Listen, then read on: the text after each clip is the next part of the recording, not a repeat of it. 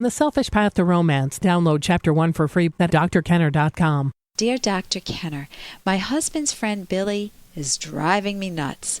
When he arrived in this town. When he arrived, we helped him get adjusted to the city by helping him find a great apartment, a great job, a great career, etc. But his friend is condescending towards me, and it's rubbing off on my husband. One Sunday, I mentioned I wanted to go to the movies.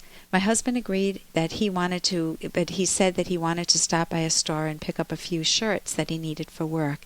And then, listen to my husband's thinking. He says, since Billy doesn't have a car and he needs some clothes too, I want to stop by and pick up Billy. So I let him. When Billy came to the car, he patted me on the head. He treats me like a puppy.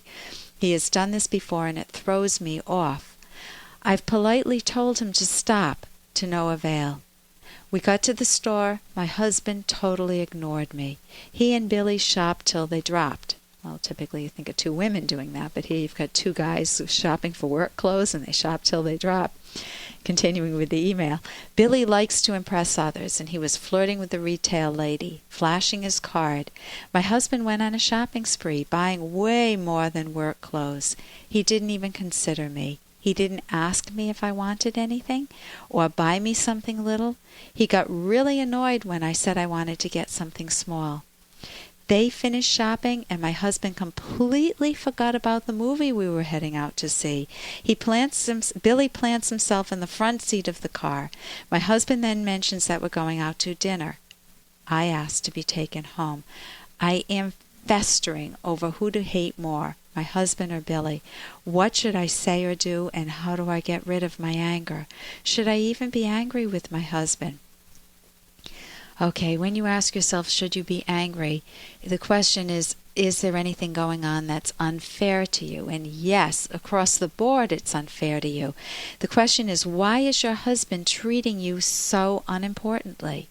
Why is he so indifferent to you? Why can he brush you aside so easily? What's going on? This is a huge puzzle. Why is he ignoring you and your interests? And I let my mind just roam a little bit. I don't know your particular answer. You need to figure that out.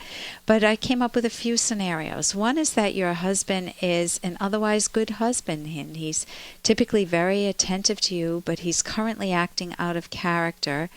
And that's because he never had male friends growing up, and so he's very happy to have a buddy, and it's a novelty to have Billy as a buddy.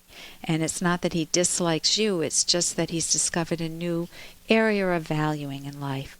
Or maybe he had lots of male friends growing up, and after being married for quite a while, he misses that, and Billy rekindles that in him. It could also be that your husband had a very controlling brother, and always let himself be pushed around by the brother just because he wanted the brother's pat on the back or pat on the head. And Billy gives that to him, and Billy fills the role of the older brother, and your husband may not even be aware of it, that he's just falling back into a childhood pattern that he learned very well. There are other possibilities too, of course. He could be a meek person, just very meek across the board. It could be that your husband's gay. I mean, that's one possibility, that he is interested and attracted to Billy in more than a friendship way. It could be that he's angry with you. Maybe you guys haven't had sex in a while, or there are problems in the relationship that haven't been addressed, a lot of conflict, and it's just a pleasure to be with someone like Billy, and you are secondary. He can brush you aside easily. So what I suggest is not to go and attack your husband, not to, when he finally gets home, you say, well, that was one heck of a night, and why don't you marry Billy? And if you attack him, you'll never discover why he's acting as he does. But instead, to do something much more painful for him, much more effective, and much easier on you. Hey, I got to interrupt this because we've got to pay some bills. 30 seconds, that's it. A very quick ad, and then Ellen will be back. Romance. I wish I knew more about what girls want from a relationship. Boy, I wish I knew more about what I want. Where's that ad I saw? Here it is. The Selfish Path to Romance, a serious romance guidebook. Download Chapter 1 for free at selfishromance.com and buy it at amazon.com. The Selfish Path to Romance. That is interesting. If you attack him, you'll never discover why he's acting as he does. But instead, to do something much more painful for him, much more effective, and much easier on you, walk him through your experiences. Honey, I was excited about going to the movies with you today. Do you remember we talked about it this morning? And then you mentioned you wanted to do an errand, which was fine with me. Then you mentioned you want to pick up Billy, and I wasn't asked whether I wanted Billy to come along. I felt brushed aside. I feel invisible. When Billy patted me on the head, I felt like the puppy dog in the back seat. And I told him to stop, but he doesn't listen. When Billy sat in the front seat, that irked me. When you didn't speak up, that really bothered me. I don't know what's going on, whether you're angry with me or whether you really like Billy. Help me understand what's going on. We never went to the movies. I felt totally brushed aside in the store. Help me to understand. So words like, help me understand you better, help me understand what's going on, clue me in on this. Those are words that will help your husband open up rather than just ranting at him and just venting that anger. And if he doesn't open up, you can consider possibly taking a closer look at the marriage in total. Is this the marriage you want? If he's not open to changing at all, try to get counseling first with him. And if he's not open to that, then you can consider, is it worth it? Do I need to cut my losses? But I think you got a long way to go before you make that decision. That's a serious one. And here's a little more from Dr. Kenner. Dear Dr. Kenner, my 11-year-old daughter Kayla has no regard for anyone's feelings in our family. She's constantly lying, even about the dumbest things, and she's extremely mean to Mandy, her 8-year-old sister. She's stolen money out of her grandmother's purse, and I can't figure out what's wrong at her because in rare moments, she's my sweet little girl again. Please help me, Adrian. Okay, here again you've got a range of possibilities. When a kid has a lot of anger inside, the worst case scenario is that they've been physically or sexually abused and they've been told to keep quiet or else. And so many times these kids signal through misbehaving. And it's basically a cry for help. They need to open up. So you definitely want to leave the door open to let your daughter talk.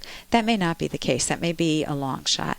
The other possibility is that maybe, we've got a lot of possibilities, but maybe the other child, your other daughter Mandy, who's 8 years old, is the favorite kid, and this may infuriate Kayla.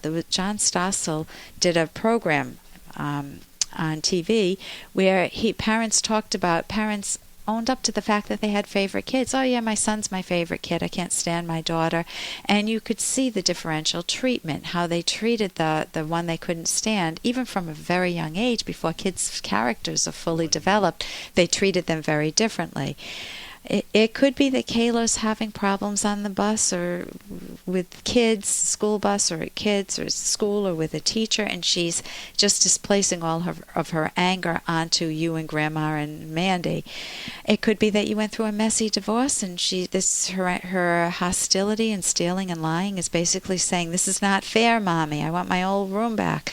I want Daddy back. So there are lots and lots of possibilities. It's also possible that she's just developing a bad character and I Can Get Away with It character.